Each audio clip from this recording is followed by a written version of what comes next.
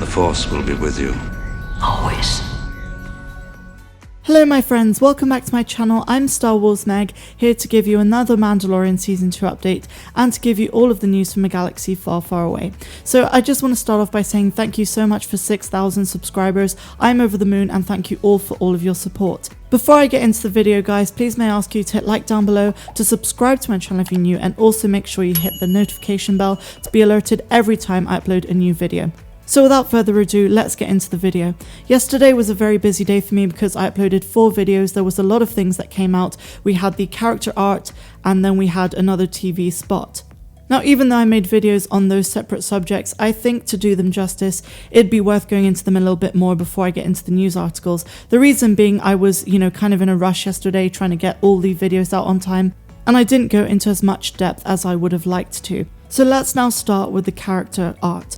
So what I really like about these is that they're very different to the other kind of posters and promotional tools we've seen for The Mandalorian Season 2.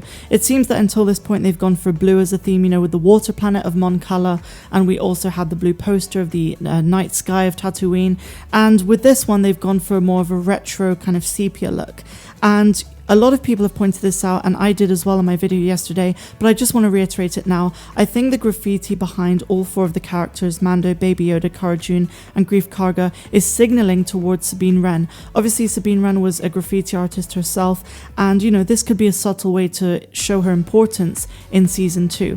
Now, interestingly, with all of these pictures is a lot of them have Gamorreans in the background, and the ones I'm thinking about specifically are on Mando's. And if you look behind Cara Dune on the left, you do see a Gamorrean there as well, which is of course reminiscent of the original trilogy and Return of the Jedi. Another thing to note about the graffiti art behind Cara Dune is we see the Rebel Alliance symbol there, and that is very reminiscent of Sabine Wren in Rebels because she did indeed craft many Rebel Alliance symbols in graffiti. Now, with regards to Greef Karga, when we first had the Entertainment Weekly photo shoot, we did actually see that his beard was grey for the first time, and they've gone with that again here. And a lot of people were wondering, well, how far after Season 1 is Season 2? And while it's supposed to pick up straight away, there is a noticeable difference in terms of aging. And I think the same can be said about the child. He does look marginally older, and I don't know if it's because of the added wrinkles or the style of art that we've had from the trailer and now obviously from these character arts. But I don't know, what do you guys think? Do you think this is just my imagination, or do these characters look a little bit older? One final note about the character art for Greef Karga is if you look in the background, on the right hand side you have a Gamorrean, and on the left you have an Aqualish, which of course was a species we saw in A New Hope and throughout the Star Wars universe as well. Now, away from the character art, we should talk a little bit more about the TV spot. And while I did say most of the things I needed to say on the issue, with the Twi'lek being beaten up by Mando at the end, and obviously more individual shots of Baby Yoda, one thing that did really stand out, and a couple of people commented this, is if you look at the desert sequence where Mando is on the speeder bike, they really zoom in on his face. And the reason I think this is the case is because they're trying to hide Boba Fett's armor, which we know from the first trailer he is carrying on the back of the speeder bike. I'm actually really grateful in this TV spot that we didn't actually get too much more info on Season 2. I really like the fact that Dave Filoni and Jon Favreau are leaving a lot of things to the imagination and for a big surprise when we do actually get Season 2. Like Giancarlo Esposito, who plays Moff Gideon, said, Season 1 can be likened to A New Hope and Season 2 can be likened to The Empire Strikes Back. And with these very strong, bold, noble claims, I really hope we are going to get a big Empire Strikes Back-like revelation or surprise in Season 2 that no one saw coming. As a Star Wars fandom, we deserve to be surprised and in awe and feel that childlike wonder that we felt when watching the most beloved films of this amazing franchise. Okay, so now that we've gotten all of that out of the way, which is yesterday's news, let's go to today's news. And something that's been circulating a lot is about the Mandalorian Season 2 schedule. And while I have spoken about it quite a few times on my channel, I think it's worth talking about it because we are only 17 days away from release date, which is, just over 2 weeks. That's really amazing. So this very concise article on the subject states, we're just a matter of weeks away from the return of The Mandalorian, and fans are unbelievably excited to see how the live-action series continues. The highly anticipated sophomore season will kick off on October 30th and is expected to span 8 episodes of storytelling. Episodes of The Mandalorian Season 2 will be released every Friday, meaning that episodes will debut on that day each week, with the finale arriving on December the 18th. So as you guys probably already know, every Friday I will also be doing an episode breakdown and Easter eggs for every single episode, so you can join along for the journey, and I really hope you do so.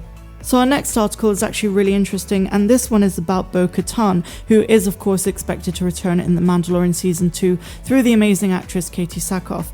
Now, while a lot of people have been talking about Ahsoka arriving in The Mandalorian, this article talks about how Episode 5, which we know is directed and written by Dave Filoni, the man who created Ahsokaa Tano himself, will actually probably be about Bo-Katan. When the writers were revealed for each of the episodes of The Mandalorian Season 2, everyone turned to Ahsokaa Tano when it was found out that Dave Filoni would be directing and writing Episode 5.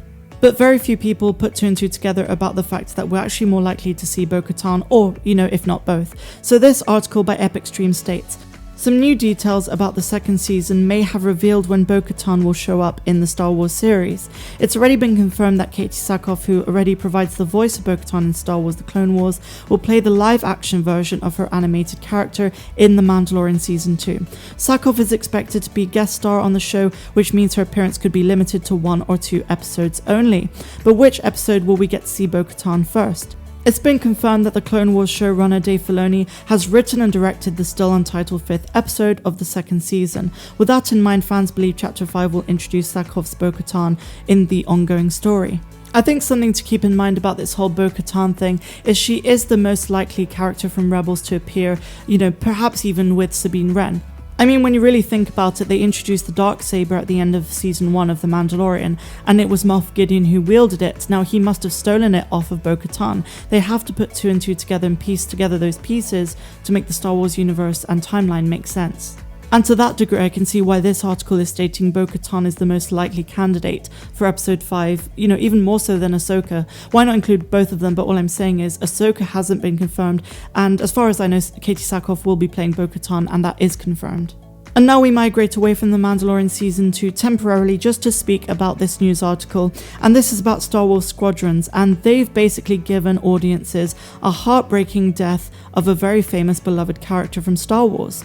In Star Wars Squadrons, players are treated to a new story that fills in the gap between Return of the Jedi and The Force Awakens. However, the start of the game takes place during A New Hope and showcases a never-before-seen moment, the death of Bail Organa. Princess Leia's adopted father was known to have died during the Death Star's attack on Alderaan, but the character was not specifically shown until Attack of the Clones. Squadrons gives the character portrayed by Jimmy Smits an on-screen death as Darth Vader makes the fateful decision to destroy the planet and its populace. So that's right guys, Bail Organa is officially dead, and we've seen his death in Star Wars Squadrons. It's quite a sad way to go that you're not actually included in the films, but I know Star Wars Squadrons is a very popular video game. And to finish our Star Wars news off, we have a story about Snoke's origins. This article states a new Star Wars book has finally clarified Snoke's origin story. Although Star Wars The Rise of Skywalker made sure to show us a few failed Snoke clones floating in nutrient fluid on Exegol, there was still some confusion over the nature of Snoke's origins. Was the Sith simply a body for the Emperor to control, or something more? A new Star Wars book since clarified a few things. In short, Snoke was simply a creation of Sidious's, used as a pawn to control the First Order. Only scant details exist regarding his origins, the book literally called the Star Wars Book Notes. However, the text then goes on to say something more. It's possible Snoke himself may not know his true nature. Snoke is a Standcast, an artificial genetic construct concocted by the resurrected Darth Sidious to be his proxy in power. Snoke has free will, but his actions and goals are orchestrated by Sidious. So at last that debate is finally over, and we now know that Snoke did have free will, but all of his actions were an orchestration by Palpatine himself. So that's all the news I have for you guys today. I really hope you enjoyed my video, and if you did, please give me a big fat like, subscribe to my channel if you're new, and I will see you next time. I'm Star Wars Meg, wishing you a fantastic rest of the day, no matter where you dwell in the galaxy. Have a good one.